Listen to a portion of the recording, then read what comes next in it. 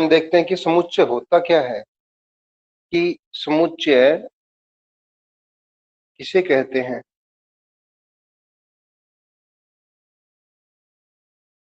जिसको अपन क्या बोलते हैं, सेट, किसे कहते हैं। तो समुच्चय यह होता है वस्तुओं के सुपरिभाषित समूह है अथवा संग्रह को समुच्चय कहते हैं। जैसे अपने पास बहुत सारी वस्तुएं हैं, तो वो वस्तुएं कौन सी हैं। अपने पास अगर बहुत सारी मान लो कोई वस्तुएं हैं, वो सुपरिभाषित होनी चाहिए। सुपरिभाषित का मतलब क्या हुआ, हमें पता होना चाहिए कि वो कौन कौन सी हैं, और उनका जो समूह है होता है ना, वो सारा का सारा समूह है क्या कहलाता है, समुच्चय कहलाता है। ठीक है बेटा, ये आपकी एक परिभाषा हो गई। इस परिभाषा को अभी हम समझेंगे कि सुपरिभाषित समूह का मतलब क्या हुआ।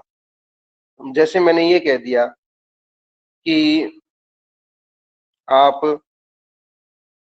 राम, जो वर्ड है, जो शब्द है, राम शब्द है, इसमें कौन कौन से ये आ रहे हैं आपके अक्षर या वर्ण आ रहे हैं। वर्ण मान दो या अक्षर बोल दो, कौन कौन से हैं बताओ। तो आप क्या बोलोगे, आप बोलोगे कि इसमें आ गया आर आ गया, एक तो एक आ गया ए आ गया, ए क्या आ गया, एम आ गया, जिसको अपन अवयव बोलते हैं। कौन कौन से अवयव आ रहे हैं, ठीक है। तो एक तो आर आ गया, एक ए आ गया, या एम आ गया, यही तो आएगा, इसके अलावा और कुछ तो नहीं आ सकता। राम जो आपका शब्द है, इसमें अवयव कौन कौन से आएंगे, इसके अवयव होंगे आर, ए और एम, ये तीन आ जाएंगे अलग अलग। अब कोई लड़का ये कह देगा सर इसमें पी ए एम आएगा, तो ये तो गलत हो गया ना। सभी बच्चों का आंसर क्या होगा, आर ए और एम। तो देखो, आर ए एम है, मान लो कोई वस्तु हो गई, सुपरिभाषित का मतलब हो गया, फिक्स हो गया कि नाम क्या आएगा, आर और ए और एम। सुपरिभाषित हो गया ना कि इसमें कौन कौन से अवयव हैं, आर ए और एम। और समूह का मतलब क्या हो गया, इन तीनों को अपन एक साथ लिख देंगे। इन तीनों को अपन एक साथ इस ब्रैकेट में लिखेंगे। ये कौन कौन सा ब्रैकेट होता है, मिडिल ब्रैकेट, जिसको अपन मजला कोष्टक बोलते हैं, मजला कोष्टक बोलते हैं। ठीक है बेटा, समुच्चय को हमेशा इससे दर्शाते हैं अपन। अब एक एग्जांपल देखो, कोई आपको ये कह दे कि भारत के जो बेस्ट क्रिकेटर है उनके नाम बताओ। क्रिकेटर, भारत के जो सबसे अच्छे क्रिकेटर है उनके नाम बताओ, जो आपको अच्छा लगता है वो क्रिकेटर बताओ। तो आप ये बताओ, ये सुपरिभाषित है क्या, ये समुच्चय है क्या। तो आप लोग क्या कहोगे, आप लोग ये कहोगे कि जैसे मनीष है, मनीष क्या कहेगा, मनीष कहेगा सर मेरे को तो धोनी पसंद है। मनीष कहेगा सर मेरे को तो धोनी पसंद है, एक धोनी का नाम लिख दो। और साथ में रोहित शर्मा भी पसंद है, रोहित का भी नाम लिख दो। और कौन से हैं, मान लो एक देगा बुमराह भी पसंद है। इसने तीन नाम दे दिए, ठीक है। लेकिन गीता क्या कहेगी, गीता कहेगी नहीं सर मेरे को ये पसंद नहीं है, हमको तो विराट पसंद है, विराट कोहली पसंद है। और कोई नाम जैसे हार्दिक पांड्या है, वो पसंद है जैसे। तो देखो बेटा, मनीष का आंसर तो क्या आया, ये आया, और गीता का आंसर क्या आया, अलग आया। दोनों का आंसर अलग अलग आ रहा है ना।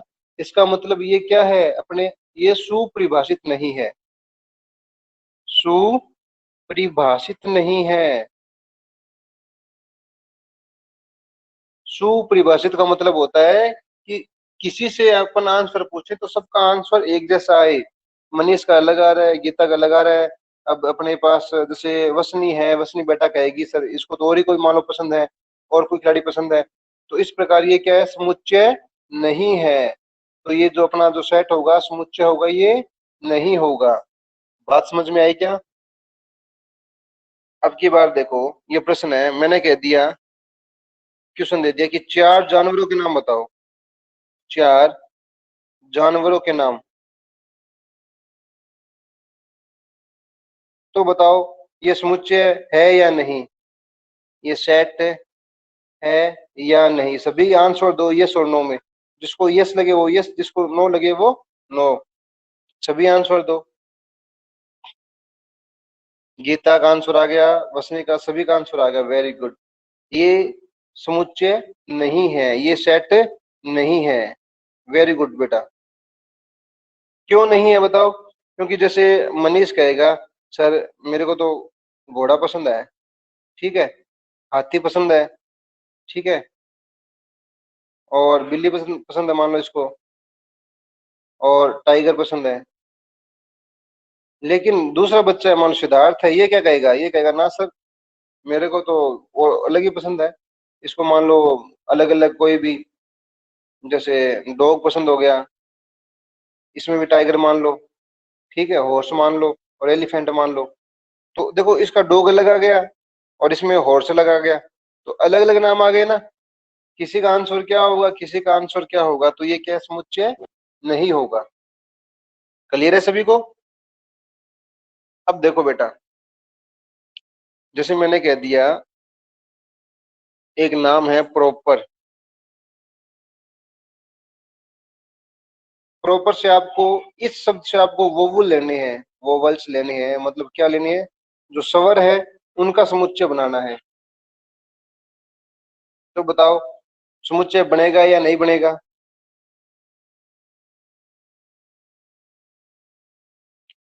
ये समुच्चय है या नहीं।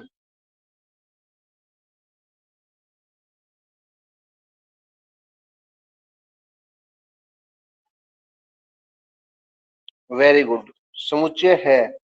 समुच्चय क्यों आएगा, समुच्चय को ऐसे लिखेंगे अपन सेट, क्यों आएगा, क्योंकि स्वर देखने हैं, वोवल्स देखने हैं अपन को। और स्वर कौन कौन से होते हैं आप लोग जानते हो, ए, ई, आई, ओ और यू, ये अपने वोवल्स होते हैं। तो प्रॉपर में कौन कौन से हैं, एक तो ओ आ गया, तो ओ, और एक ई आ गया, तो एक ई। तो अपना उत्तर हो जाएगा और ई। ये हो गया अपना सेट हो गया। ठीक है बेटा। जैसे एक नाम देखो, अब एक नाम आ गया आपके पास, राधे श्याम नाम आ गया जैसे,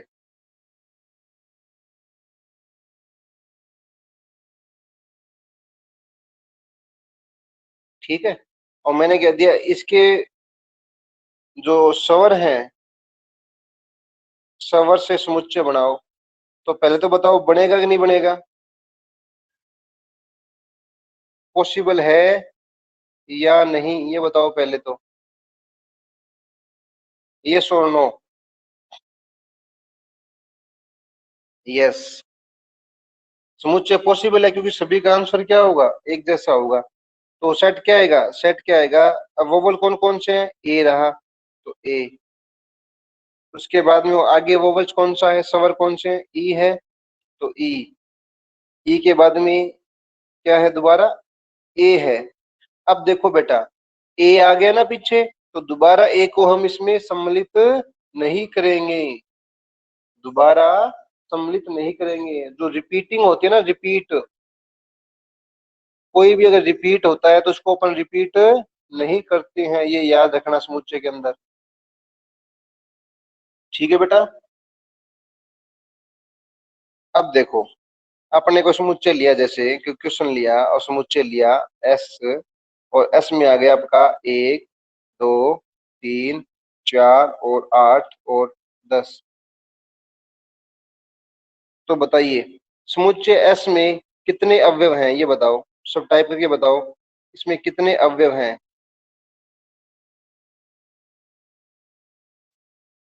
समुच्चय एस में कितने अवयव हैं, 6 हैं। वेरी गुड, कितने हैं, 6। काउंट कर लो, गिन लो, 1, 2, 3, 4, 5 और 6, 6 अवयव आ गए बेटा। इसी को क्या बोलते हैं अपन, कोटि बोलते हैं। क्या बोलते हैं बेटा, कोटि। किसी समुच्चय की कोटि क्या कहलाती है, जितने समुच्चय के अंदर अवयव होंगे वो समुच्चय की कोटि कहलाती है। ओके, अब देखिए, मान लो एक है, ये एक है, समुच्चय का अवयव है ना बेटा, तो अपन क्या लिखेंगे, एक बिलोंग्स टू एस। ये निशान किसका होता है, बिलोंग्स टू का। बिलोंग्स टू, इसको बोलते हैं बिलोंग्स टू। बिलोंग्स टू का मतलब हो गया संबंधित है।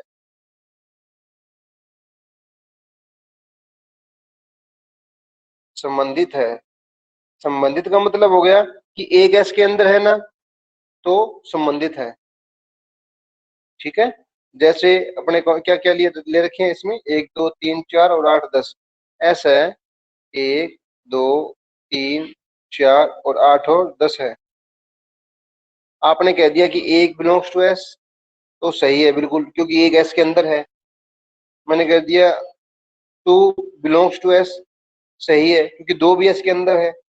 अब मैंने कह दिया मैंने कह दिया थ्री बिलोंग्स टू एस, तो बताओ ये सही है या गलत है, राइट और रॉन्ग। राइट के लिए तो आर लिख दो और रॉन्ग के लिए डब्ल्यू लिख दो। तो बताइए ये राइट है कि रॉन्ग है। राइट है। राइट कैसे है, तीन है क्या, हाँ तीन है बिल्कुल, तीन समुच्चय के अंदर है, वेरी गुड, राइट है। तो बताओ पांच, मैंने लिख दिया पांच बिलोंग्स टू एस। अब बताओ राइट और रॉन्ग। वेरी गुड, नो नहीं होगा। क्यों नहीं होगा पांच, क्योंकि पांच तो इसके अंदर है ही नहीं। तो आप क्या लिखोगे, ये तो निशान होता है बिलोंग्स टू का, और जो ये निशान आएगा ऐसे, ये निशान आएगा नॉट बिलोंग्स टू।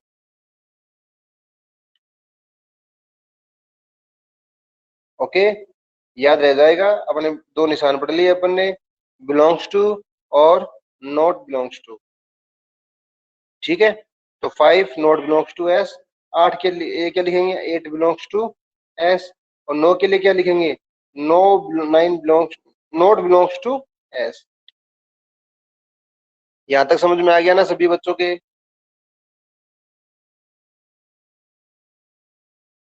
अब देखो, कुछ समुच्चय हैं, उनको हम देखते हैं। पहला समुच्चय है प्राकृत संख्याओं का समुच्चय। पहला समुच्चय अपन देख रहे हैं प्राकृत संख्याओं का समुच्चय, कि प्राकृत संख्या कौन सी होती है, जानते हो क्या।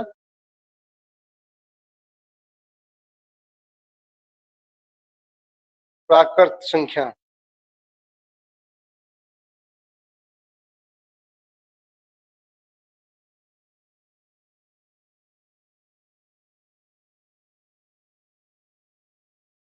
जो संख्याएं एक से शुरू होती है ना, उनको बोलते हैं प्राकृत संख्या। और इसका दर्शाने का जो चिन्ह होता है वो क्या होता है, एन।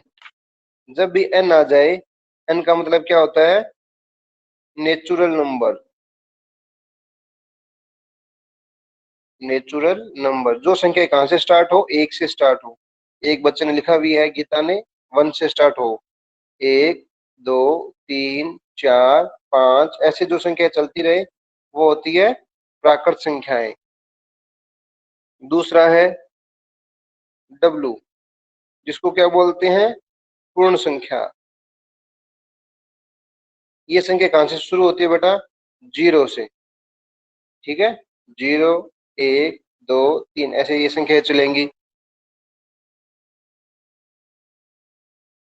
फिर क्या है, एक संख्या होती है बेटा पूर्णांक संख्या। पूर्णांक संख्या, जिसको बोलते हैं इंटीजर।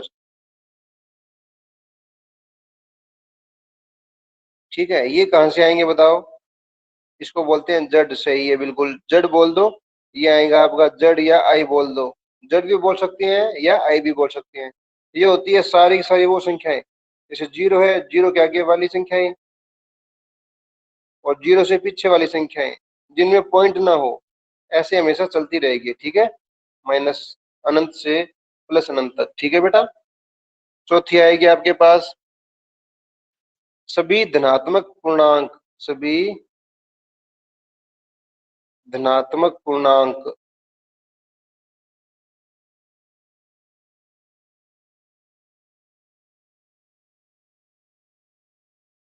तो एक बात बताओ, धनात्मक का मतलब क्या हो गया?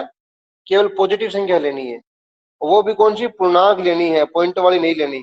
तो धनात्मक लेनी है और पूर्णांक लेनी है। पूर्णांक को किससे प्रेजेंट करते हैं? जेड से। पूर्णांक को किससे प्रेजेंट करते हैं? जेड। तो ये आ जाएगा जेड। और प्लस है ना अपने पास, क्योंकि हमको पॉजिटिव लेनी है, तो इसको अपन लिख देंगे जेड प्लस। और इसका आंसर किससे आएगा बताओ? एक, दो, तीन, चार। तो पूर्णांक संख्या धनात्मक जो पूर्णांक होती है, इसको आप क्या बोल सकते हो बेटा? इसको आप नेचुरल नंबर भी बोल सकते हो, एक ही बात है। क्योंकि ये अपन जीरो नहीं ले सकते, जीरो धनात्मक नहीं होता है, याद रखना। जीरो जो संख्या है वो नहीं तो धनात्मक होती है और ना ही ऋणात्मक होती है। तो सभी धनात्मक पूर्णांक कहां से शुरू हो जाएंगे? एक से हो जाएंगे। अब मान लो आपसे ये पूछ ले कि ऋणात्मक पूर्णांक कौन से आएंगे? ऋणात्मक पूर्णांक,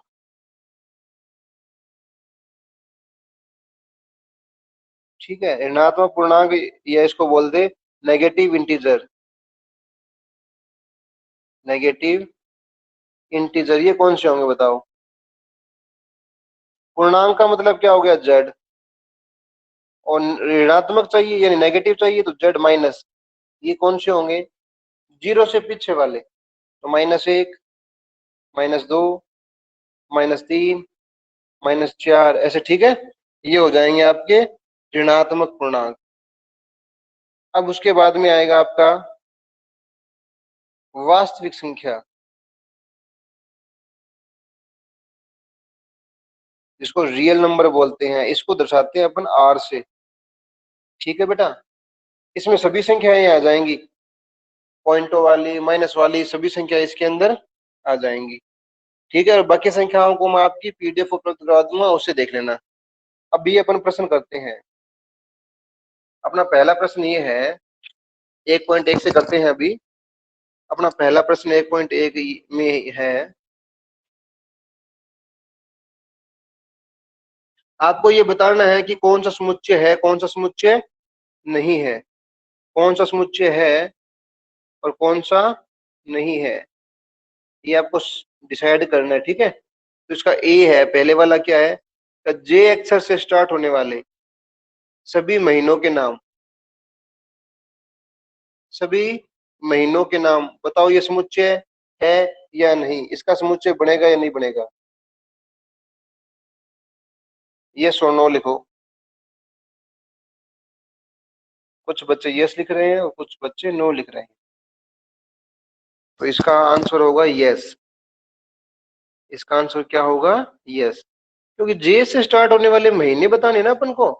तो जे से कौन कौन से स्टार्ट होंगे? देखो, अपन स्टार्ट करते हैं जनवरी से, तो अपने इसका सेट बनाएंगे तो क्या बन जाएगा? जनवरी। जनवरी तो सभी का आंसर आएगा, फिर फरवरी नहीं होगा, मार्च, अप्रैल, मई, जून, जुलाई, अगस्त, सितंबर, अक्टूबर, नवंबर और दिसंबर।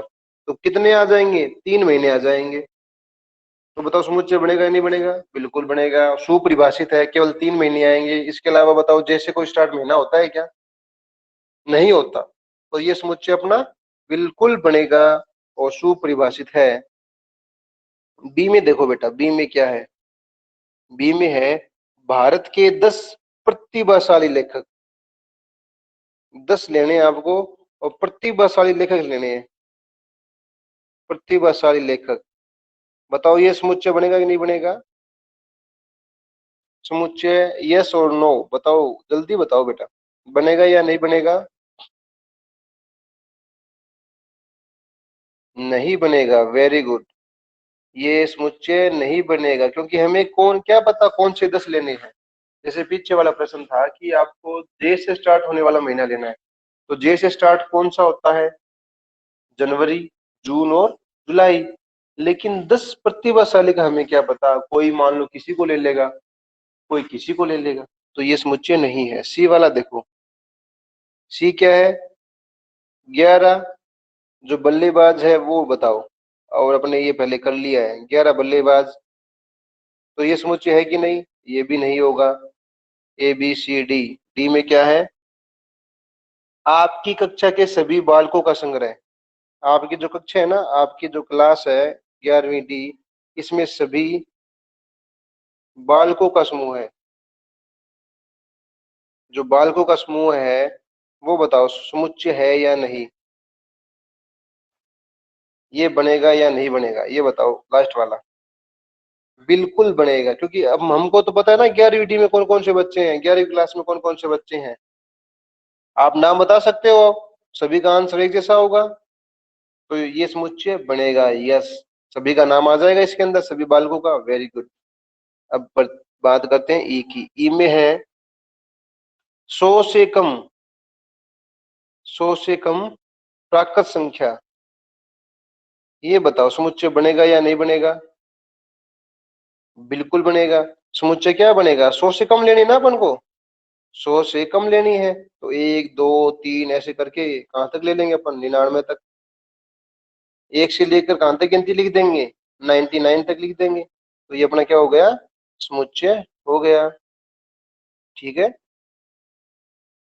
अब देखो ई एफ, सभी समपूर्णांक, सभी समपूर्णांक, ये समुच्चय है कि नहीं बताओ?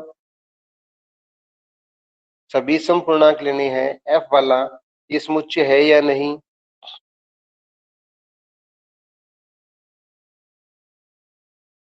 ये समुच्चय है, क्योंकि सुपरिभाषित ना, केवल सम ही लेने हैं, सम ही लेने हैं, तो आप क्या क्या क्या लोगे? 0 2 4 6 8, सभी का आंसर ऐसे आता जाएगा। और पीछे क्या आएगा? -2 -4 -6। ठीक है, ये अनंत आएगा। ठीक है, कोई बात नहीं, अनंत आ गया तो देखो इसमें तो फिक्स आ गया 99, इसमें अनंत आएगा, तो वो कोई दिक्कत नहीं है। अनंत आ जाए लेकिन सुपरिभाषित तो है ना, सभी का आंसर एक जैसा आएगा। तो समुच्चय बेटा दो प्रकार के होते हैं। ठीक है, एक तो होता है परिमित, जिसको फाइनाइट बोलते हैं अपन, एक होता है अपरिमित।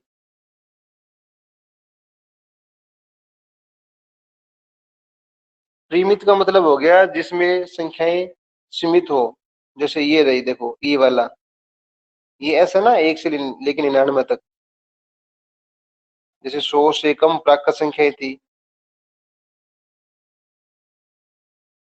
ये तो हो गया परिमित। अपरिमित का मतलब हो गया सम पूर्णांक लिए थे, हमने क्या लिए थे? सम पूर्णांक लिए थे, ये अनंत हो गए ना अपने, तो ये हो गया अपरिमित, जिसमें अवयव अवयव होते हैं वो अनंत हो, और इसमें अवयव क्या होंगे? अनंत नहीं हो, जिनको गिना जा सके। ठीक है, समुच्चय के प्रकार दो हो गए, परिमित और अपरिमित। उसके बाद में देखो, ये तो हो गया अपना पहला प्रश्न।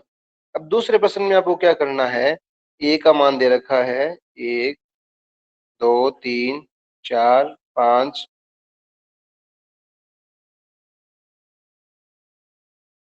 और 6। आपको इसमें पहले में भरना है कि 5 के अंदर क्या आएगा, और दूसरे वाले के जो है इसे 8। आपको दो निशान भरने हैं इसमें, एक तो बिलोंग्स टू का और एक नॉट बिलोंग्स टू का, कि कौन से, जो ब्लैंक दे रखा है आपको, रिक्त स्थान दे रखा है, कौन से रिक्त स्थान में कौन सा चिन्ह आएगा। ठीक है, ये आपके सामने प्रश्न है।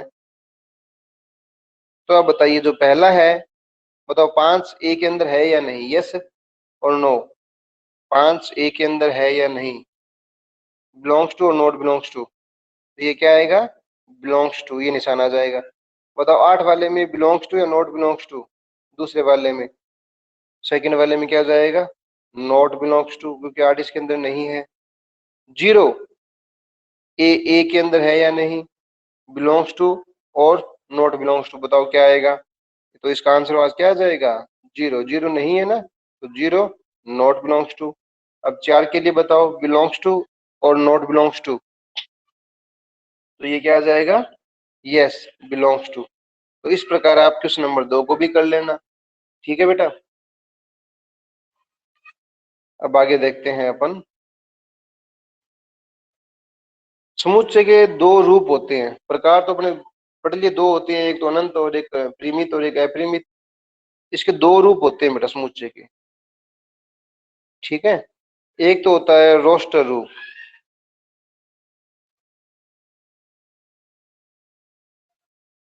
ठीक है। और जो दूसरा रूप होता है उसका नाम होता है समुच्चय निर्माण रूप।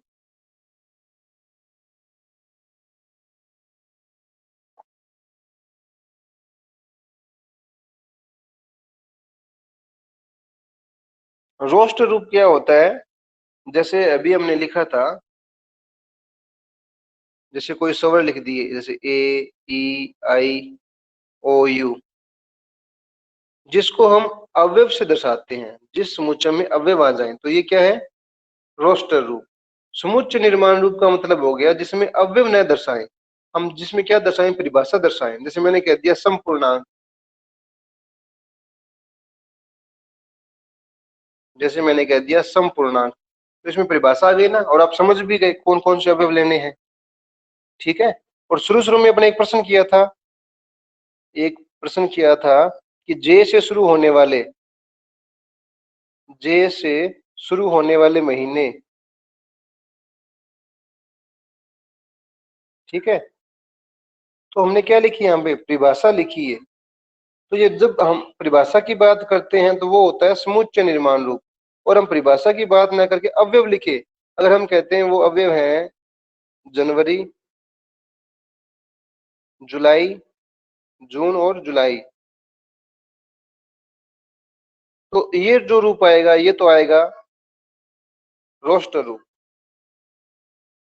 जो आपका ये रूप आएगा ना समुच्चय का, ये तो आएगा रोस्टर रूप, क्योंकि इसमें हमने अवयव दर्शा दिए हैं। और ये क्या आएगा? समुच्चय निर्माण रूप। है तो दोनों एक ही। ये क्या है? समुच्चय निर्माण रूप, जिसमें हम परिभाषा की बात करते हैं और जिसमें हम अवयव की बात करते हैं, वो क्या जाएगा? रोस्टर रूप। अभी मैं आपसे पूछता हूँ, बताओ ये रोस्टर रूप है या फिर कौन सा रूप है? जैसे मैंने लिखा अवयव यहाँ पे।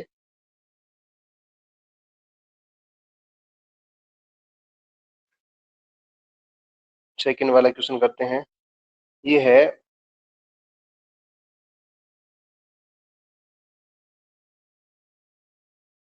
कोई संख्या लेनी है अपन को, एक्स संख्या लेनी है। ये एक्स संख्या 6 से कम प्राकृत संख्या है। 6 से कम, या 6 से कम बोल दो या 6 से छोटी बोल दो, 6 से कम प्राकृत संख्या है।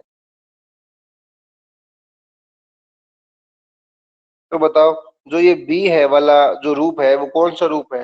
रोस्टर रूप है या समुच्चय निर्माण रूप है? रोस्टर रूप के लिए तो आर लिख दो, और समुच्चय निर्माण रूप के लिए एस लिख दो। रोस्टर रूप के लिए तो आर लिख दो, समुच्चय निर्माण के लिए एस लिख दो। सभी बच्चों को लिखना है। Very good. ये कौन सा रूप है? रोस्टर रूप नहीं है बेटा। रोस्टर रूप कैसे आ जाएगा? रोस्टर रूप कैसे आ जाएगा बेटा? ये तो परिभाषा है ना, एक तरीके से परिभाषा दे दी। किसकी परिभाषा दे दी? कि हमें कोई संख्या लेनी है एक्स, और एक्स क्या होनी चाहिए? एक्स 6 से छोटी प्राकृत संख्या होनी चाहिए, 6 से छोटी प्राकृत संख्या। तो ये कौन सा रूप आ गया? ये आ गया आपका समुच्चय निर्माण रूप।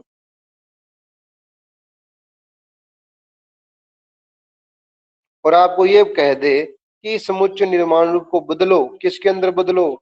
रोस्टर रूप के अंदर बदलो, तो इसका रोस्टर रूप क्या आएगा? तो बी का मान क्या आएगा?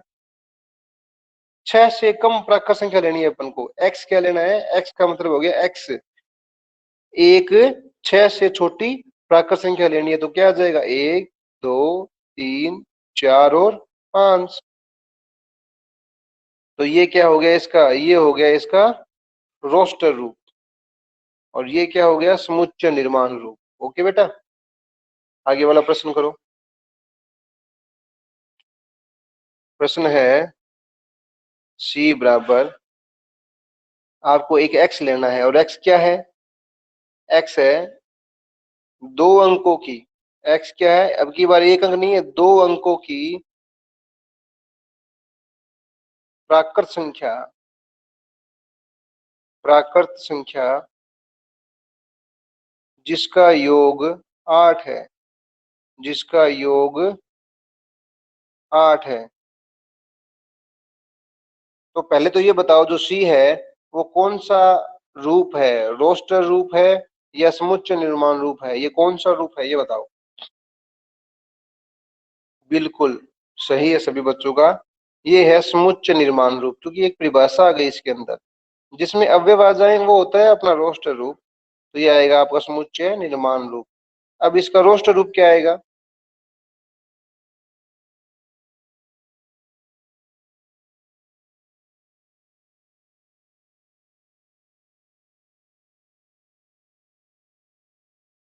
इसका रोस्टर रूप क्या आएगा, तो इसका जो रोस्टर रूप आएगा वो देखो, रोस्टर रूप क्या आएगा, सी बराबर, हमें एक ऐसी प्राकृत संख्या चाहिए 2 अंकों की, ये ध्यान रखना 2 अंकों की।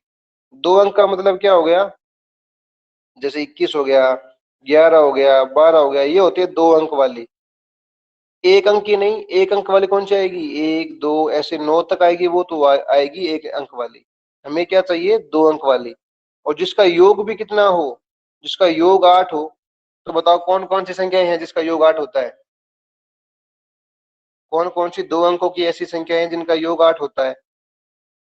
एक तो 17 आ गया, 17 के बाद में आगे वाली बताओ, जस्ट आगे वाली कौन सी आएगी, 26 आएगी, 26 के आगे वाली कौन सी आएगी, एक बच्चे ने 16 लिखा है, 16 कैसे आ जाएगा, 16 में तो क्या आएगा, एक बच्चे ने जैसे 16 लिखा है, 16 में कैसे आ जाएगा, 16 में तो दोनों को जोड़ेंगे 6 और एक साथ ही होगा। 26 के आगे वाले बताओ, शाबाश 35, वेरी गुड, 35 से आगे वाले बताओ, 35 से आगे वाली क्या आएगी, वेरी गुड 44, 44 के आगे वाले बताओ, 44 के आगे वाली कौन सी आएगी, 53, 53 के आगे वाली 62, वेरी गुड, 62 के आगे वाली 71, वेरी गुड, और इससे आगे वाली, इससे आगे वाली बताओ 80, और 80 के आगे वाली बताओ, 80 के आगे वाली, 80 के आगे तो आएगा ही नहीं, मान लो 81 लोगे तो योग कितना हो गया, 9 हो गया, हमें तो केवल 8 चाहिए। तो ये हो गया इसका रोस्टर रूप। समझ रहे हो क्या बेटा, समझ में आ रहा है ना आपको।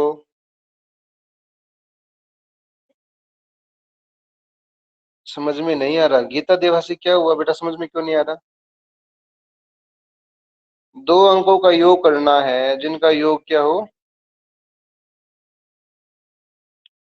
ठीक है। अब अपन करते हैं नेक्स्ट प्रश्न, नेक्स्ट प्रश्न में क्या है,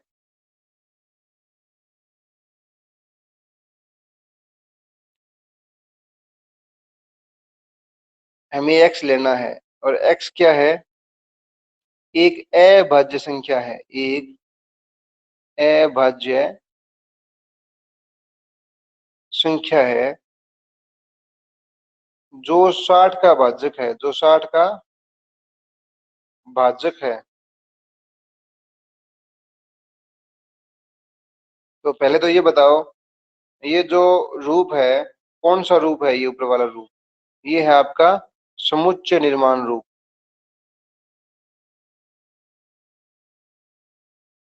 और इसको किस में बदलना है अपन को, इसको बदलना है रोस्टर रूप में। तो क्या आएगा, आपको ऐसी संख्या देखनी है x जो अभाज्य हो। अभाज्य संख्या कौन सी होती है बेटा, अभाज्य संख्या कौन सी होती है ये देखो पहले तो, अभाज्य संख्या वो संख्या होती है जिसका खुद, जिसका खुद और एक के अलावा किसी और संख्या का भाग न जाए, ठीक है। जैसे 2 हो गई, 2 में केवल 2 का ही भाग जाता है या एक का भाग जाता है। फिर 3, 4 है क्या अभाज्य संख्या, 4 नहीं है क्योंकि 4 में 2 का भाग जाता है। 5 है क्या, हाँ 5 है। 6 है क्या, 6 अभाज्य संख्या नहीं है क्योंकि 6 में 2 का भी भाग जाता है और 3 का भी भाग जाता है। 7 है क्या, 7 है क्योंकि 7 में किसी का भी भाग नहीं जाता है। 8 है क्या, 8 नहीं है क्योंकि 8 में 2 का भाग जाता है। नो अभाज्य संख्या है क्या? आप बताओ, ये और नो बताओ, नो अभाज्य संख्या है या नहीं? नो अभाज्य संख्या है या नहीं? बिल्कुल सही, नहीं है, क्योंकि 9 में 3 का भाग जाता है।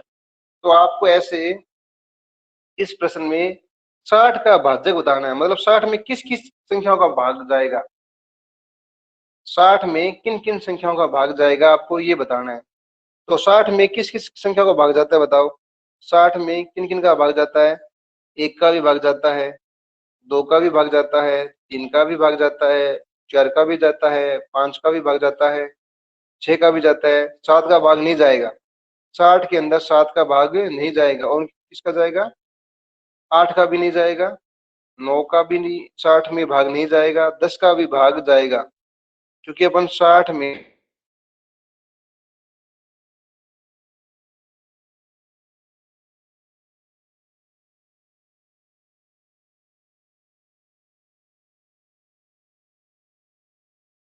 ठीक है, तो इसमें भाग जाएगा 15 का, 15 के अलावा 16 का भी नहीं जाएगा, 17 का भी नहीं जाएगा, 18 का भी नहीं जाएगा, 19, फिर 20 का जाएगा, और 20 के बाद में किसका जाएगा? 30 का, और 30 के बाद में किसका जाएगा? 60 का। तो पहले तो हमने वो संख्या ज्ञात कर ली जिनका 60 में भाग जाता है। अब हमें क्या छांटना है इनमें से? हमें ये छांटनी है कि इनमें से अभाज्य संख्या कौन सी है, अभाज्य संख्या छांटनी है। अब बताओ छांटो, कौन कौन सी आएगी?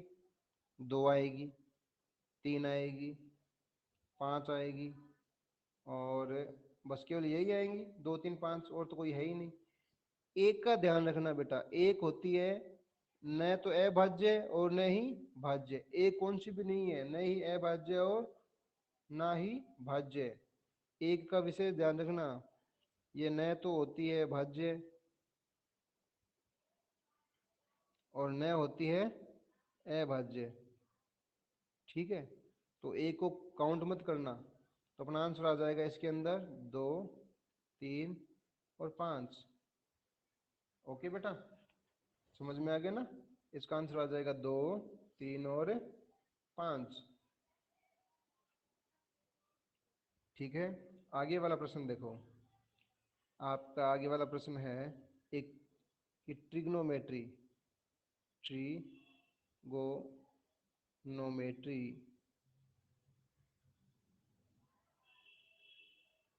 ठीक है, ये कोई शब्द है, तो बताओ ये जो समुच्चय दे रखा है आपको, ये कौन सा है? समुच्चय निर्माण रूप है, क्योंकि शब्द दे रखा है। इसका आपको क्या ज्ञात करना है? इसका आपको रोस्टर रूप ज्ञात करना है। तो रोस्टर रूप क्या आएगा? एस बराबर, रोस्टर रूप में आएगा, प्रत्येक अवयव लिखना है तो टी लिख लिया, ये टी आ गया। टी के बाद में आर, आर भी आ गया देखो। आर के बाद में आई, आई भी लिख लिया। आई के बाद में जी, जी भी लिख लिया। फिर ओ, ओ भी लिख लिया। फिर एन, एन भी लिख लिया। फिर क्या आया? ओ, दोबारा ओ आ गया देखो बेटा, तो हमने पहले से ही ओ लिख रखा है, तो ओ को दोबारा नहीं लिखेंगे। ओ आ गया ना बेटा, ओ को हम दोबारा नहीं लिखेंगे, रिपीट नहीं करेंगे। फिर क्या आ गया? एम, एम आ गया, ये एम आ गया। फिर ये ई भी आ गया।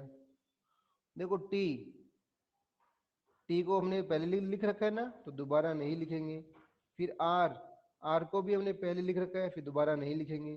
फिर क्या बचा? वाई, तो एक वाई आ जाएगा, और ये समुच्चय पूरा।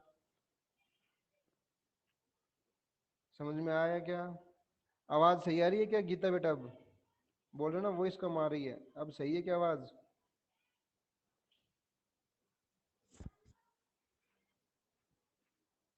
ठीक है, तो आप लोग ये काम करना, जितना पढ़ा दिया उतना पढ़ लेना, बाकी क्लास कल लगेगी, और ये सारा समझ लेना अच्छे से। ठीक है, कोई दिक्कत हो तो पूछ लेना।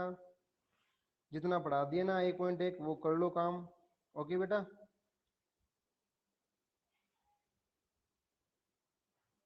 बाकी क्लास कर लेंगे।